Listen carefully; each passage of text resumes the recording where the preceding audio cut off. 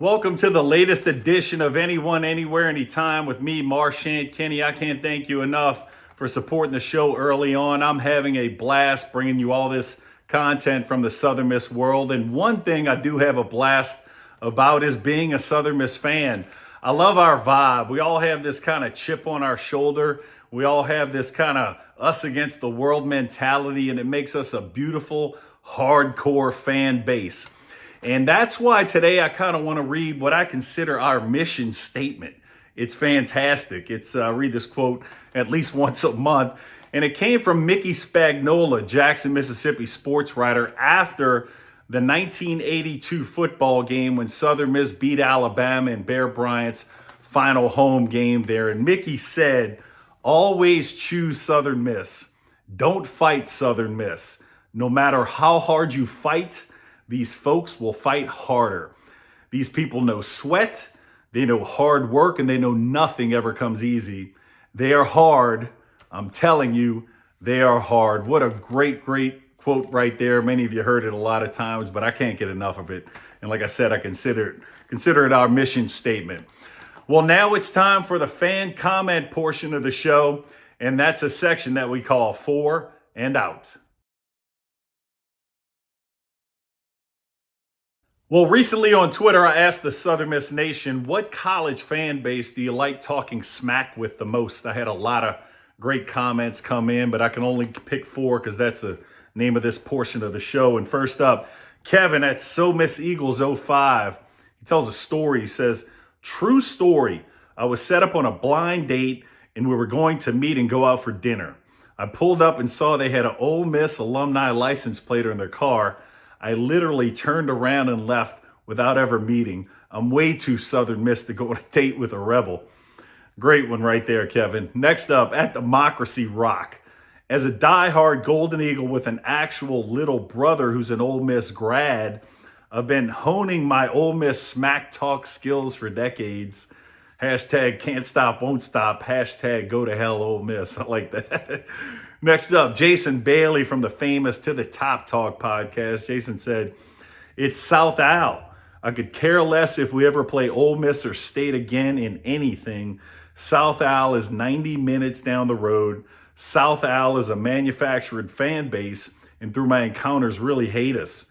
South Al also hates it when we say South Al. And then he threw another South Al in there. And Jason, you my friend, I've talked to you numerous times, man. You got to stop at the South Al stuff. I mean, they really, really hate that. You probably won't be welcome in Mobile anytime soon. Next up, Blake at Southern Eagle. He says, probably the past 10 years, it's been Tech, Louisiana Tech. Just to let them know, win or lose, I've never thought of them as on our level. I like that. I like the confidence, Blake. Great comments. Keep sending them into the show, please. Well, this show is big with interviews, and my next interview, I mean, it can't get better from a football status, really. I mean, one of the greatest to ever wear the black and gold, an incredible NFL career. Shoot, he also played basketball at Southern Miss. He was so talented. He was a great friend, to this day, still a great friend, a great teammate. I'm bringing you the one and only Adalius Thomas. I'm here with one of the best to ever wear the black and gold, and a man who made a tremendous impact on the NFL, my friend and former teammate, Adalius Thomas. What's up, AD? What's up, man? How's going on with it, Marchant? Long time no see. Look forward to catching up. Oh, absolutely, man. I've been looking forward to this for about a week when we set it up. So let's talk about your accolades, man. You had an incredible career. You played in 2 Super Bowls. You won one, 2-time Pro Bowler. You were back-to-back Conference USA Defensive Player of the Year, All-American every year you were at Southern Miss, including freshman year, Southern Miss Hall of Fame, Legends Club. And every time I go to a home game, I look up and I see my guy's name, Adalius Thomas, 97, at the Rock, man. It's just cool. So talk about those accolades, because it's an incredible football career, man. Man, it goes to say a lot about the team that we had, actually, more than it does about me. And you think about that, you had yourself, you had Perry Phoenix, you had Pat Surtain, TJ Slaughter. Man. You think about Shirai Gideon, Todd Pinkston, Cedric Scott, DQ, the laughster, who has not changed to this day. You have DQ that was there. And when you talk about a great set of coaches, Randy Butler, Coach Yeah. Womack, Coach Bauer, Tyrone Nix. I mean, when you just think about the people that were there to help form you into that, Coach Butler recruited me as a tight end, and most people may not know that. I came Yeah. to Southern Miss as a tight end behind Terry Hardy and Larry Johnson, Larry Norton. I said Larry Johnson, Larry Oh yeah. Norton. Yep. LJ. Yep. Yep, yep, and LJ. And so when you look at that, man, and then you say, okay, you transition from that. I remember Coach Forbes and Coach Butler come to me after my freshman year, and I'm in the weight room, and we in there with Coach Dudley. We in the Coach Dudley, and they call me out. One of them comes first and say, hey, look, they're going to come to you and ask you if you want to move to defense. And I'm like, okay, why? What's going on? Like, why defense? You have T Hardy, you had the other guys. It's like, but surely, I want you at tight end. Coach Forbes tells me that. I want you at tight end, but the decision is yours. And Coach Butler comes over and asks me about it. And it's something for me to think about. I'm like, okay, do we throw to the tight end? Do we block? All those things come through. And I'm like, you kind of control your own destiny at defense, and you get a chance to make a play every down. And so from there, I was like, okay, cool, I'm going to defense. And from there, Coach Thompson, who thought up all of these different schemes and different things that we had, all the different stuff, man. It was just amazing that the people that kind of helped form me into what I am. I got the accolades, but yet and still, I owe a lot of it to my teammates. Man, that's awesome. You're always humble, man, but your talent was unbelievable. So, but it all started somewhere, man. It started at Central Coosa High School in Yeah. Rockwell, Alabama. So, looking you up, man, you were all-state football player. You were the Alabama Player of the Year in basketball, man. Just unbelievable. And you high jumped. I mean, you could just do it all. So, talk about that, man. Where it all started. You played so many sports. Yeah, basketball is my first love. That is, to this day, we actually lost yesterday in I think the quarterfinals or semifinals, my high school. And so in a 10-year period, we won 6 championships, I think somewhere in there. And so my last 2 years in high school, we was 27-2 and 31-1 in basketball. And Yeah. so we were very good. We became Yeah. very good. And that tradition has kind of carried of the kids that grew up watching it always felt that they could win. And football was a sport that I think 500 was my best year. Coming through school in small town of Coosa County, 94 and 95 was when I tell you, in high school, you had to go, was it B team? Then you had 9th grade B team, girls, then the varsity. If you wanted to get to our game, you had to go to the first game and sit through all of the rest just to make it to because if you tried to wait, the games would be sold out on a Tuesday, Thursday, no matter what. And you're not really understanding the impact that you have until you have it now, because you didn't have social media back then. Because we look at a game, and I look at a game now, and we couldn't even take the ball out of bounds on a Tuesday night. Taking the ball out, we was going against another team, and they were 19-0, and we were 19-0. They were number 2, and we were number 2. We were 4A, they were 2A. USA Today came to our basketball practice in the middle of nowhere. Dang. That was like, Rockwell. that was big time. And to go and be a part of that culture, of the winning culture, to see a small town of maybe probably 10,000 people total, whatever it is, to see that many people packed inside of a gym around kids to kind of bring everybody together. And it was amazing because everybody was just like family. You look at a story, and it's amazing you got to that point, man. You're 14 years old. You're on a drive with your brother. A horrific car accident occurs, man. If you could just talk about that and overcoming that, man. Man, it was crazy. I was in 9th grade, and I decided to not play football. And I was like, man, I don't know if I want to play whatever, And so I decided not to play. I had played 6th grade, 7th grade, 8th grade year. Got to ninth grade year. I'm like, oh, I'm not going to play. I'm just going to play basketball. And my younger brother and my sister are at daycare. We get home from school, and my brother has to pick him up from daycare. And so he's backing out of the driveway or whatever. And my dad calls. Pick the phone up. I'm like, yes, sir. He's like, get in the car with your brother. He's like, so that you can watch the kids on the way home. You don't have to worry about the two kids in the back, being a teenager, got two young ones picking them up from daycare. I'm like, okay, cool. And I was laying down taking a nap. Like I was just laying there asleep. Get in the car and I go back to sleep. And it's an antique car, a 1966 Ford Galaxy, no seat belts. That's the real car. Like that's Yeah, all that's metal. some cars, man. That is all metal. Yeah. And so we're driving, and lo and behold, we get to a point where this lady kind of just comes from behind this big truck without even looking, and we hit her head-on collision at like 55, 60 miles an hour. Mm, mm. And so I have the pictures from the car that shows like the hood is all the way to the windshield. Oh, golly, man. That's how crazy it was. I was cut out of the car, had 400 and some stitches across my face, from here. Had to staple this eyelid back on.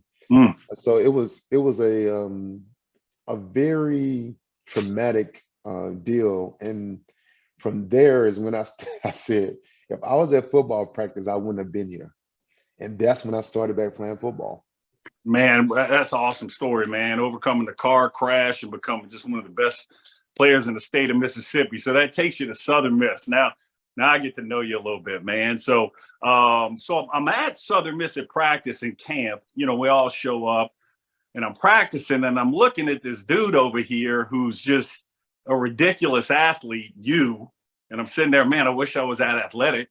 But I mean, people are noticing you. They're talking about you. And you're a freshman in '96. I'm a junior, man. But you're one of those cats, like, how do you wind up at Southern Miss? I mean, this is a guy who should be at Alabama, Notre Dame, USC. One of these cats you see at big name programs. I mean, we were good, but we weren't, big names. So how'd you wind up at Southern Miss, man? I asked myself that question, but I think it was because I was meant to be there. If you think back to the hybrid position that I played, nobody played a 3-4 scheme back then. Every single team was a 4-3. Everybody's now went to this hybrid. Okay, they're more athletic on that side. I'm not going to have a 290-pound defensive end. I'm going to have a 260, a 255 defensive end that can run. And speed is the name of the game. Back then, the name of the game was, I'm going to outpower you and punish you. And I was before my time, because if you look 100%, that if you have a guy that's 270 pounds that runs a 4.5, you're not going to be in a 6th-round draft pick. You know what I'm saying? You're just not. You led your conference with sacks. You the MVP of your conference 2 years back to back. You was MVP of Liberty Bowl 2 times. You're not going to go to the 6th round. But when you only have one team that has that's playing a 3-4, it's kind of out of sight, out of mind. It's like, yeah, he's athletic, but I don't have anywhere to put him. Yeah, it's like he's too small for defensive end. He's too big for linebacker. Where's that twitch? Where's that in-between deal that you have? And no college was really running that. And so I felt like, and then I was from a small town, so nobody was really coming to knock down the door to get to Coosa Central. And so Randy Butler came to Dallas County to watch me play basketball. I don't know if this is good or bad for basketball, but we played Dallas County, and he said they offered me a scholarship based on basketball because it was like, he can run, he can jump, he's athletic. We can always find somewhere for an athletic person. So for a tight end, that's what I want. I want a guy that plays basketball, has good hands, X, Y, and Z. And that is where, Randy Butler found me. And that's how it ended up, I guess, end up kind of just sliding through the cracks and doing all those things, is that you have, and most people thought I was going for basketball. everybody was shocked that I signed for football. And we'll get into basketball. I promise you that. So everybody felt like, okay, man, he's going for basketball. He's 4A State Player of the Year in basketball. He, you know what I'm saying, won a state championship. Number 6, we was ranked my senior year was ranked number 16 in the country in basketball, all the high schools ever in the state of in the United States. And so again, everybody was like, okay, basketball. It's like, okay, he's gonna be like Charles Barkley, whatever. And I looked at the trend of, okay, I didn't grow any higher, taller than what I am. And I'm like, when you get to there, you got guys 6'8", 6'9". I played in the Alabama, Mississippi All-Star basketball game. Those guys were 6'9", 7 feet. And I'm like, you can jump with them, but it requires so much energy. And, you know, to really compete at that level, not that you can't, but I'm like, you got to jump 4 feet every single time. And they're just raising their arm up just to get it over the top. And so I was like, okay, maybe football is a better sport or whatever. And so I end up signing because I didn't know that I didn't want to miss out on a full ride scholarship to Southern Miss in football, waiting for basketball to come around and then nobody get me something in basketball. And so I was the first player to come out of my school that signed a 4-year scholarship to a Division I school. And so there is no leadership to tell me like, hey, you should wait, you should do this, you should do that. And good, bad, and different, that's the hand I was dealt of. I was a lab rat to say that, hey, look, scholarships come, they go, different things, again, different times back in 95, but you had the opportunity to go to a D1 school and play to live your dream out. And so you can't leave that on the table. And that's what I ended up doing. I'm glad I did it. I made a lot of great, amazing friends, you, yourself. I mean, T. Hardy, beat Brandon Francis, the Quincy Scott, like all the guys, Mike Reed, Derek Scott, Eric Scott, all those guys. Like I still talk to those guys today. It's just good cats, man. All of great cats. Good cats. Great cats, man. TJ Slaughter, you know, because the Alabama guys, it's crazy because the Alabama guys really stuck together because I rode with T. Hardy. I rode with T. Hardy back and forth to school because I didn't have a car. And then you had Rod, was it Rod Green? What was the Rod? Snoop. That's what was Snoop. Rod? Yeah. Yeah. God rest his soul. Snoop. Yeah. You had him, and then you had me. You had Mike Reed, and then you had the Scott twins, Eric and Derek. And so you had Terrence Parrish. You had all these guys from Alabama. Like we was like, okay, we Alabama guys, you know. And so it was just that tight little knit group, and that is the group that really, I think, just kind of helped me out. Like, you know, just being, you know, from Alabama, being able to relate and everything else. So it was that home country, small town guys that kind of like got overlooked, and everybody kind of played with a chip on their shoulder. Yeah, and Southern Miss will end up being a great move for you, man. We put in that 3-4 defense with John Thompson, that blitz crazy scheme nobody was doing. And you're one of those cats, man. You can rush the passer, but you're athletic enough to drop in coverage. Not a lot of people can do that at your size. I mean, you were dangerous for offenses, man. And I mean, you had a heck of a career, but man, one thing I love about you, whenever I think about you, AD, I get a smile on my face, man. You kept me, sometimes I'm crying laughing back in the day. You were a guy on the team, as talented as you were. You also kept the mood really light a lot of times. And I can't thank you enough for that, man. But tell the fans a little bit about Itsy Bitsy, if you don't mind. You know, they don't know the behind the scenes stuff. So a little Itsy Bitsy talk, if you don't mind. Man, you know, I have to give credit to that to Jerry Harris, Space Dog. Oh, Space Dog, man. Man, you know, he passed that on to me. Him and Ty Bower, you know, they used to do the Itsy Bitsy. So, and they don't do it now, but it was where you took the mascot name and you made a riddle of it at the end of the game. And so Itsy Bitsy was I had always started. It was always been Itsy Bitsy. Itsy Bitsy, then you go into low down, broke back, no tiger stripe, declawed, tiger in the grass. Eagles got that ass. Yeah, so man. So, After a big win, man, we get quiet, ready for you to do it, man. That was yeah, the so best. yeah, that was one, things of like, okay, is he busy? Is he busy? It's a And bitsy. It's all the way up into it, I'm like, okay, then I got to think of something. What is the mascot? What's their mascot? You got to think of what if they was, the Tulane green wave or whatever. No water wave in the grass, and then everybody say, Eagles Got that ass. Yeah, I and love that, so man. that was Man, a great way of just bonding with the guys and just really coming together to have that common goal at the end of the Eagles, because everybody was an Eagle. Everybody was that golden Eagle. And so that was just one of the highlights of my career, is being able and be honored to pass that down from Space Dog, is what we call him. oh yeah, Coach leader. They Space. want a leader. There's a team, man. Yeah. Everybody loves Space Dog, man. Yep. And then, he became my intramural. He's the intramural coach. Yeah.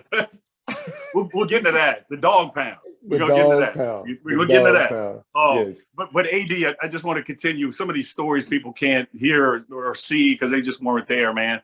Stretch lines. When we're at practice, heaven forbid one of our teammates did something wrong over the weekend or did something, that was kind of getting around the team, and the coaches may or may not have heard about it. But, every now and then, if I acted a fool, somebody did at the club, the bar, where, whatever Right. happened. Right. You did a lot. I did it too, but AD, out the blue, everything's quiet as stretch line. I heard, and then enter the story. It's just the story, Yeah. It's what they said. Yeah. That's when they came about, Yeah. They said, let me tell you what they said. What did they say? Yeah. And, the Quincy Scott, Brandon Francis, Mike, all of those guys, dude, to this day, when we get together, they come out again. They always, who is they? I don't know. I don't know who they are.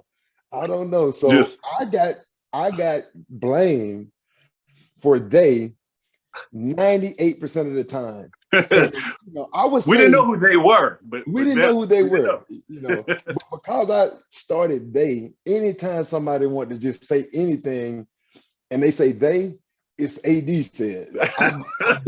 I've been associated with the word they. And I'm like, I would say, I would take 65% of the day. I would take ownership of that. But the other 35% was not me. And Right. I mean, people would use that because they're like, well, we know AD gonna get it. And so then, the jokes then come out, I heard y'all gotta watch, who you kissing around here. Yes. Which is something that you heard. It's always something. It was always something going on. Yeah, so AD, you're so talented with everything you're doing. I mean, you do a one-of-a-kind thing. You're playing football at Southern Miss, making a huge impact. But, man, the men's basketball team needs you. And you're not just another player for them. I mean, dude, you're getting serious playing time. I went to all the games. I saw you. So, man, how was that playing both sports? How did you do it? James Green allowed me to come out there and play basketball. And I had one of the best times of my life, man. Because first of all, I love basketball. And Clearly. Coach Green, Coach Norwood, and Coach Rome, who's there now, I think as an assistant coach. I think he's back there. And so, man, I remember coming in and seeing those guys and being a part of it. And I would tell you, James Green practice was harder than football practice, hands down. I believe hands down. He was a tough guy that just really believed in discipline. And I think Coach Turk had been there, 32 years? Yes.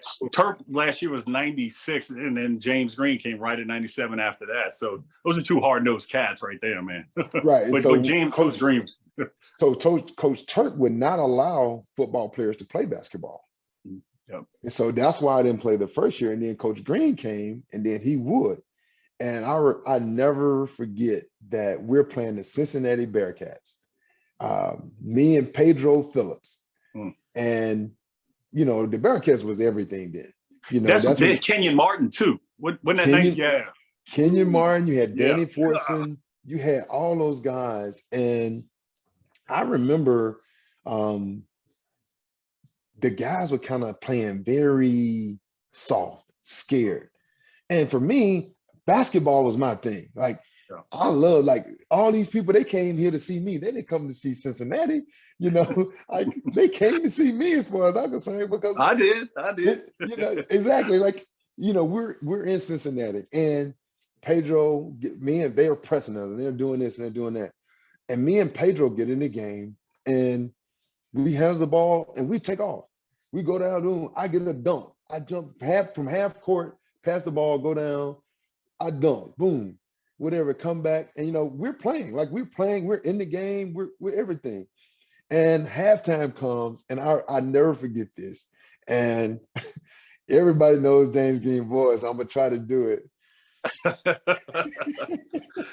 So it's a board, right? And so we're all sitting there. It's a board. He says, AD, Pedro. He underlined my name our names like 5 or 6 times. Uh-huh. Thank you. Thank you, thank you, thank you. At least y'all two aren't scared to go out there and play. The rest of y'all, I'm gonna leave the rest of it off. That's a perfect James Green too. I'm gonna tell you that right now. Man. Oh, that's awesome, dude. Oh man, that was great, dude. It was one of the best, man. I mean, I love James Green because he was hard-nosed, he was old school, and he loved fundamental basketball. And so for him, he was the judge. He would have the ball, he would toss it up like this. He is like, this is the courtroom. And I'm the judge. You're gonna run till I say stop. Man. Man, that was hilarious, dog. That was great. Coach Green could have come over and coached football anytime, man. He was a football coach, of basketball. Man, that's awesome, man. But yeah, like I said, you were such a dang stud. You were good enough to play men's basketball at Southern Miss. I mean, you could probably went up with the track team, AD. But man, you being so good at basketball was one thing that I consider very unfair to this day. So I was in a fraternity, Kappa Sig, over there. We played intramurals and what have you. And our A team was in the intramural basketball league. Well, the football players decided to get a team together called the Dog Pound. And I mean, the Dog Pound could have played against a men's basketball team and given them a run, if you ask me. I agree with that. Dude, you're Alabama Player of the Year in basketball. Sertan could play with anybody. Yes. I mean, and y'all are playing against the front row. I mean, there were some beatdowns, AD. I'm just going to be honest. There were some games that was Larry called Watts. up. Yeah, Larry Watts. Brad Stabler. Yeah. Yeah. We're talking about talent, man. How was that Dog Pound thing, though, man? Because that was one of the coolest. I got to watch y'all, man. It was so much fun. Listen, it was so funny because Jerry and Tybo, they recruited me, right? And T Hardy, because I rode with T Hardy, because T Hardy was on the team, whatever. You had to make the team. It was legit. Oh, yeah. So I got an at-large bid.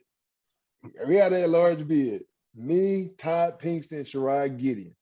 They picked us up. You remember it was Thug Life with D Herb. Yeah. Big Baby, all of those guys. So they had a prior team. to Dog Pound. Yeah, but so when Dog Pound came and Thug Life came, like when we played against each other in the Payne Center. That's right. It was same time. Yeah, it was nuts. It would be crazy with all the fans out there because you had to go back and forth or whatever. And so it was always a great matchup with Pasadena. And so I remember we had went to we were at the sports arena, when it rained, sometimes we went to the sports arena. Old sports arena, yep. Old sports arena. And I jumped in the sports arena because the goal was up or whatever it was, but I could still jump and touch the net. And the guy, Space Dog, said, "Ooh, boy, I think we got us with dog." Just like Space Dog can do. Yeah, that's how Space. And I talked to Space Dog last week, actually. That's how crazy it is. Yeah, But that's yes, Space Dog, that's how I ended up being in there. Everybody name had to be in with dog yeah. before you got there. And so my name was not really a dog. That was my intramural That's sports funny. name.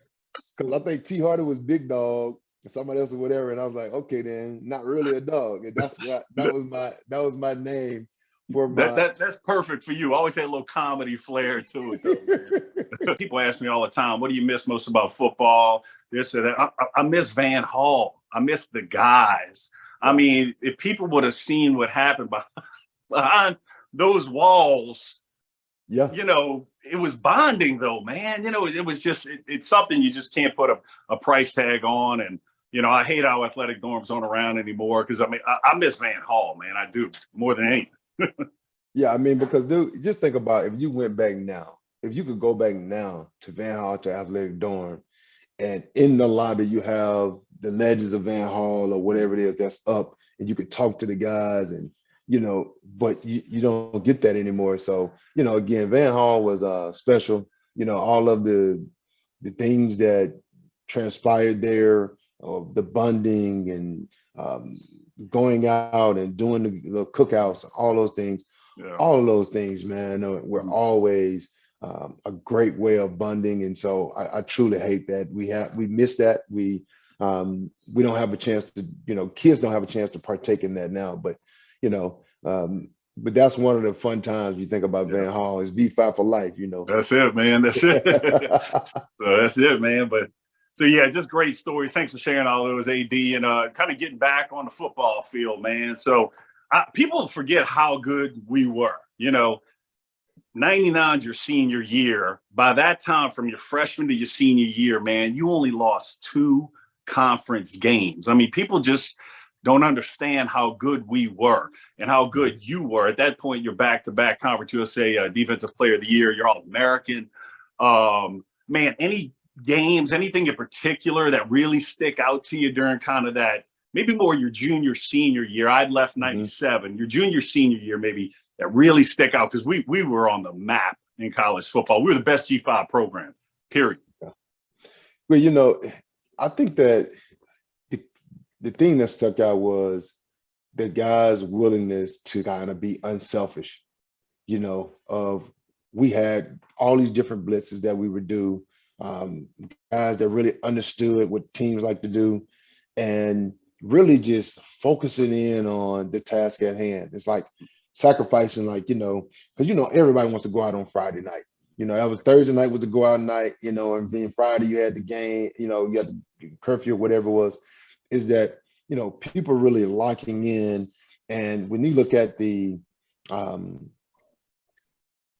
last Liberty Bowl for us, this is your last dance of, look, stay within who you are. Don't do anything more. This, what I'm saying? Like, that was like, do not try to be somebody who you're not. If a ball is ran away from you, there is nothing you can do besides chase the ball. So you got wind back, quarterback, reverse. And if you don't do it in that order, you compromise and sacrifice the defense. And that's one of the things that I felt that we did. We were allowed to really go and be who we were. Everybody stuck to their guns of, okay, then I'm gonna be where I'm supposed to be, doing what I'm supposed to do. And when a play presents itself, I'm gonna make it. And that to me is the, I guess, honor to Coach Bauer, Thompson, Nix, all those guys, because they believed in the leadership of our team. Coach Bauer really met with the leaders of the team and like, let us kind of lead and say, hey, look, this is that. And most people don't know is that I didn't start the Liberty Bowl. You remember that? In 99? No, the first one. Oh, the first one. Yeah. 97. Yep. Okay. So I don't start the Liberty Bowl because I'm late to the bus. And that's going to tie into something great. I'm going to add to that. So yeah, go ahead. Go. So I'm late to the bus, and me and Robert Brown. And so I don't know for what reason we thought the bus left at one time because we were just sitting in the room like we weren't doing anything. We was doing anything that was mischievous or anything. They called us and we were just sitting in the room watching TV, and we thought the bus left at one time or another. And so we get there to the bus or whatever it is, and Coach Thompson says, I mean, I don't know if he talks to Coach Bauer, and he's like, look, you can't start him. I'm like, what? I'm like, you can't start him. Like, you can't start a guy that was late for the bus. It says the wrong president, this, that, and the third. And, you know, I'm out for like one play. And dude, I am hot. Yeah. I am hot. I'm talking about steaming, beaming, hot. And you know, that game was everything, man, at that point. Yeah. And so, you know, Coach Thompson, he laughs about it. He's like, I'm the reason you won MVP. He's like, you were so mad. He's like, you know, you were so mad and upset. You just went out and won MVP. If I don't sit you in the game, you don't win MVP. And so that's his little deal. And so we have a running joke about it. Well, dude, I mean, you led the defense that day. I mean, a lot of people say that's the greatest performance by a Southern Miss team, especially Southern Miss defense in history. Like, we're in that argument. I mean, you were so good. You had an interception for a touchdown that day. And, man, you helped get me on a painting around town that's everywhere, man. You get in there, strip the ball, you know, ball comes out. I'm kind of in on the tackle. Perry Phoenix scores touchdown. It's so awesome. The night's so awesome.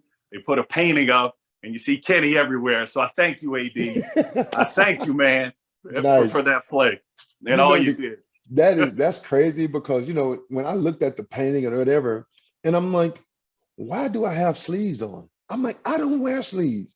And I didn't know it was an NCAA rule that you can't show an underclassman's skin.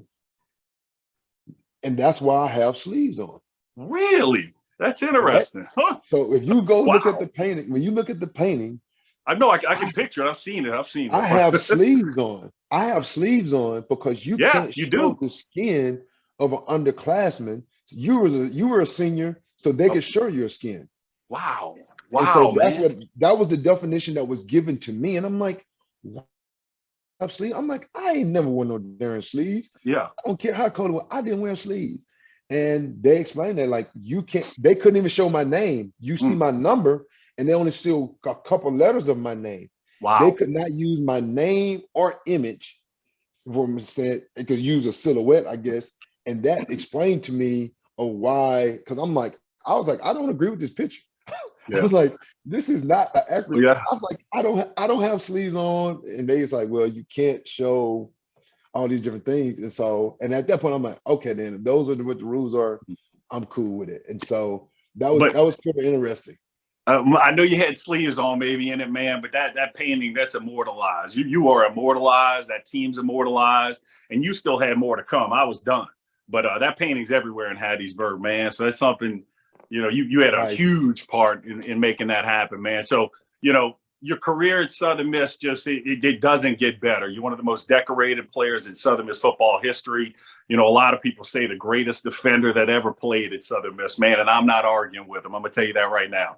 But your NFL time, man.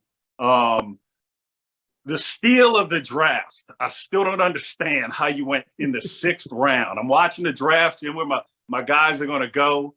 6th. How'd you fall so far? You're a steal, man. You're a steal. I've never. Again, I think I never figured it out. I've never, you know, again, it was that 3-4, 4-3 deal. But, you know, again, you had guys that, you know, Todd was gone, TJ was gone. And I was like, you know, I'm elated for those guys. TJ went to Jacksonville. I'm like, I know he's going to kill it down there because, you know, he loves football, and Todd the same way. And so, you know, it was just one of those things where, dude, I was so, I was frustrated. You know, I was frustrated. I was mad. I felt overlooked. I felt disrespected. Yeah. So, know, all of those things kind of, you know, fueled that deal. I went to the combine and I ran a 4.53 at the combine at 270. So it ain't like you like, okay, then he performed on the field. Okay, then he's an academic All-American. All right, let's see what else you got. All right, he ran a 4.53. Well, a 270. What is it that you're looking for? I don't really know. So, it's one of those things where like, okay, then cool, it's water under the bridge. I can't control it, but I was lucky enough, like I trade that for Super Bowl your rookie year. Yeah. And so let's get into that, man, because AD, I mean, 6th round, 1st round, 7th round, you got drafted. That's cool. I was a free agent and I had that percentage of a career you had. So I was in and out basically. You got drafted, man. It's something cool to hold your hat on, but you should have went higher. There's no doubt about it. But man, there's a documentary out right now, Bullies of Baltimore. I saw it, man. It's so cool. It's behind the scenes with that 2000 Ravens defense. I mean, you, for example, on it, but Ray Lewis, Tony Siragusa, Rod Woodson, man. I mean, just these legendary names. I mean, Ray Lewis is a hero to me, the greatest middle linebacker I've ever seen by far. I had peanuts on somebody like that. And, but man, they still talk about it to this day as probably the greatest defense ever. How was it walking into that team? Because they were special, man. It was, I would say kind of, a surreal, like you don't really know what you're walking into. You don't know because you're too young to know. It's like, okay, then here I am. And it's like, I know I'm a 6th round pick and I know my chances are slim.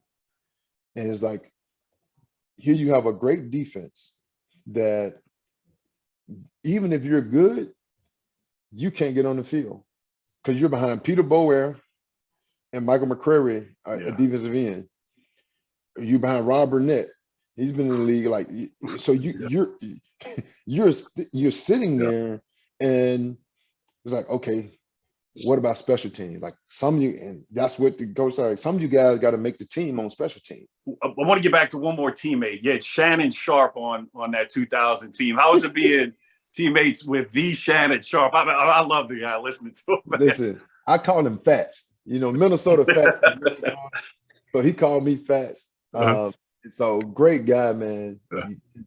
Can talk. Listen, it's the stretch line times 900. Whoa, golly, man. So you can only imagine. Shannon Sharp, listen, bus 3.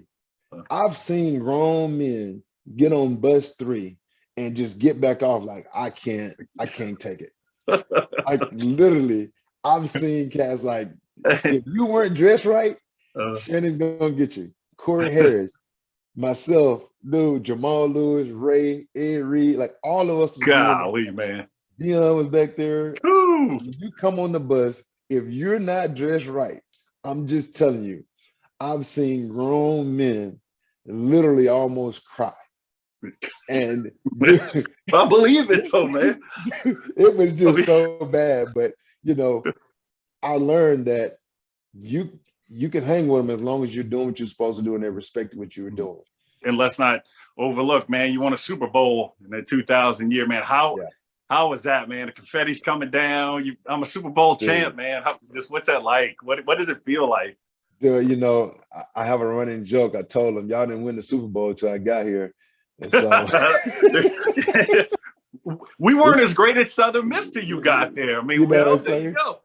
So yeah, dude, I would tell you, from a small town, Coosa County guy to the Super Bowl, I mean, that is a fairy tale story.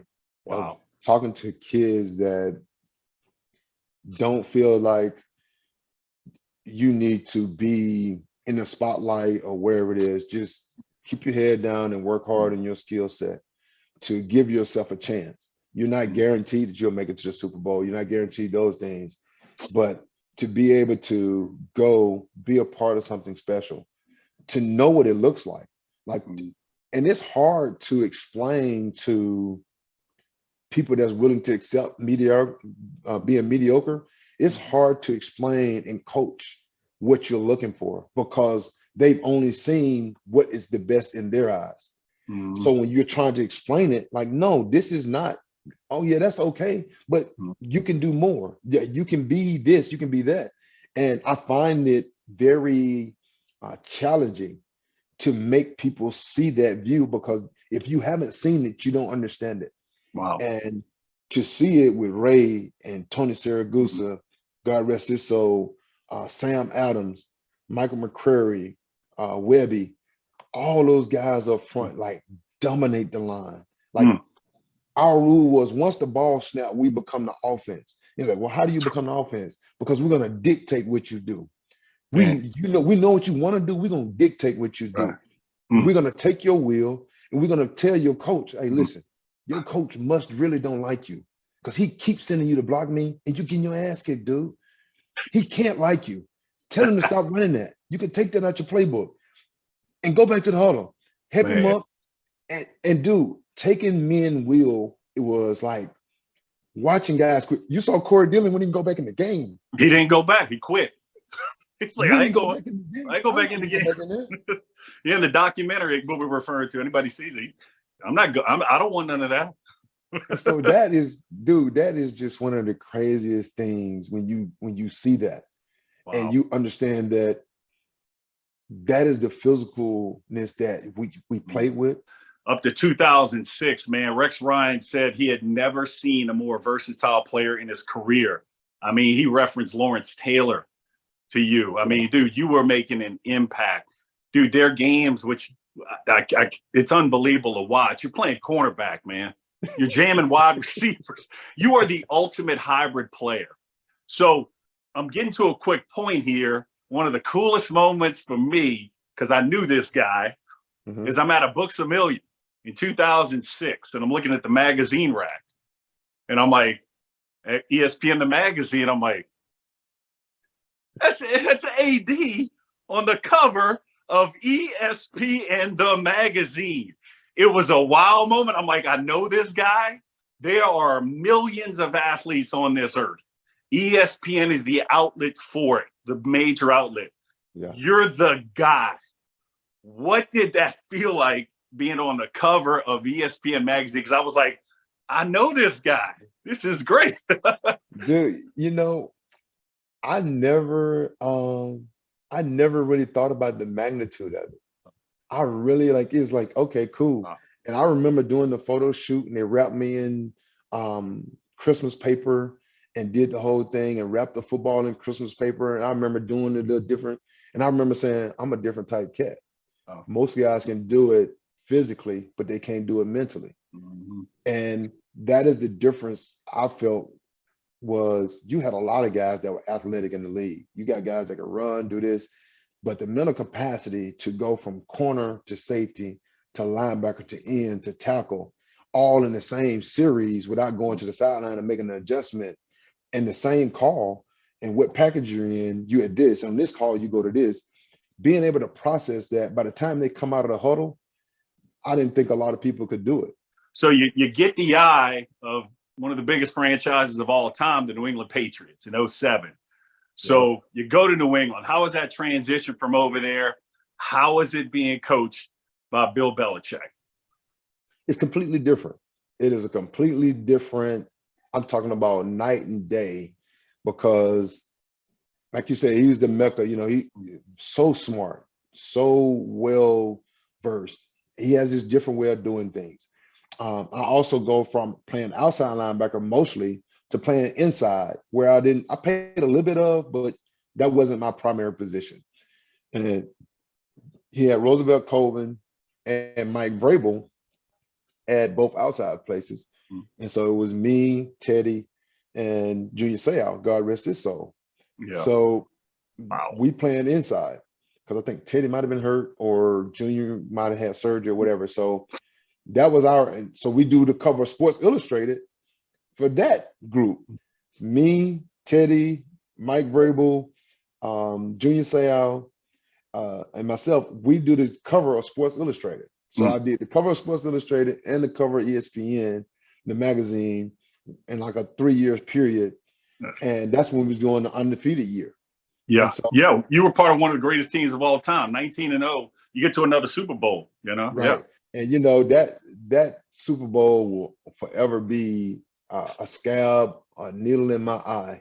When you think about, I grab him by the back of his collar. He comes out. Jarvis has him wrapped up, which he should have been in the grass because if somebody come and hit him, they're going to throw a flag. Mm. you know, when you got him wrapped up like that.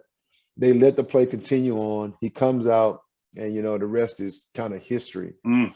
And, you know, it was just heart-wrenching Mm. to see it. You know, the anniversary came up and they showed it last time, and it is it sucks. It sucks to see it. Uh, I had 2 sacks that game. College yeah.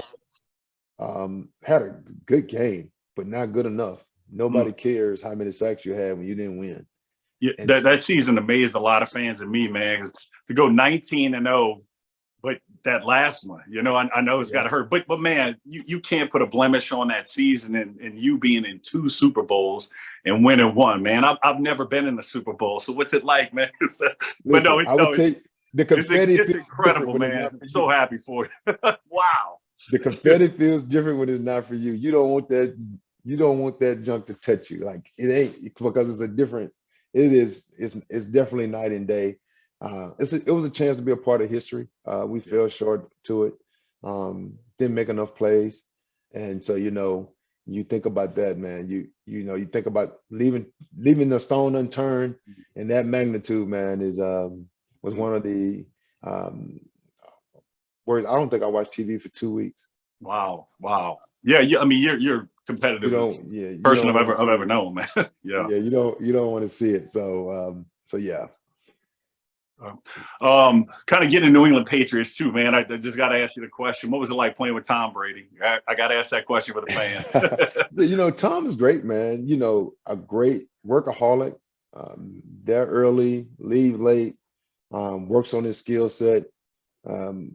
But again, he, you saw 2 different Toms. You know, I knew the Tom when he was in New England, the Tom when he went to, you know, Tampa Bay. To see him relaxed and kind of having fun was a whole different ball game, because again, that's just the culture that they have there. But Tom was a great teammate. Did a lot of great things there. You know, Tom was the face of the franchise. I would say he's still the face of the franchise, Mm. even though he's not there. And Oh, so yeah. I'm pretty sure he will, you know, sign a 1-day contract and retire a New England Patriot, whatever it is, and kind of move on. Well, yeah, man. So your NFL career, I mean, like I said, looking back, you're one of the most decorated players in Southern Miss football history. I mean, all you did, man, just something to hang your hat on, be so proud. So your career ends in 09. You've done a ton, man. So now it's business world time. So, man, I mean, you got your hands in a lot, and hopefully I'm caught up with everything. Tried to Google as much as I could. Restaurants, real Yep. estate, and man, you got the world's leading valve for fluid management, correct? You're the CEO. Are those Uh-huh. 3 avenues still hot for you? Yeah, you know, Okay. the restaurants are hot because everything is post-COVID now, you Mm. know, of all of the transition, the whole Uber Eats, Mm. Grubhub, you know, everybody wants to go. And so you have to do a lot of adjustments during that period. But, you know, they're in the Triangle area for the most part, with Raleigh, Durham, Chapel Hill, that little area is where most of them, I think 8 of the 9 are. I Mm. have one in Baltimore that's steak and seafood. It's Grill 620. So we do everything from oysters on the half shell to, you know, porterhouse steaks on a butcher block. So, Mm. but they've done great. They've done great. In that the valve world is a little different, man. It's it's different because the time for people to make adjustments is long, Mm. and everything that we made, you know, come on the sideline. Hey, this adjustment we're making. Okay, cool. Adjustment made. Let's go. Quick, No, quick, yeah. that is not, and that drives me crazy. It drives me crazy because it may be a 3-year adjustment period for someone to change their valve in their operation.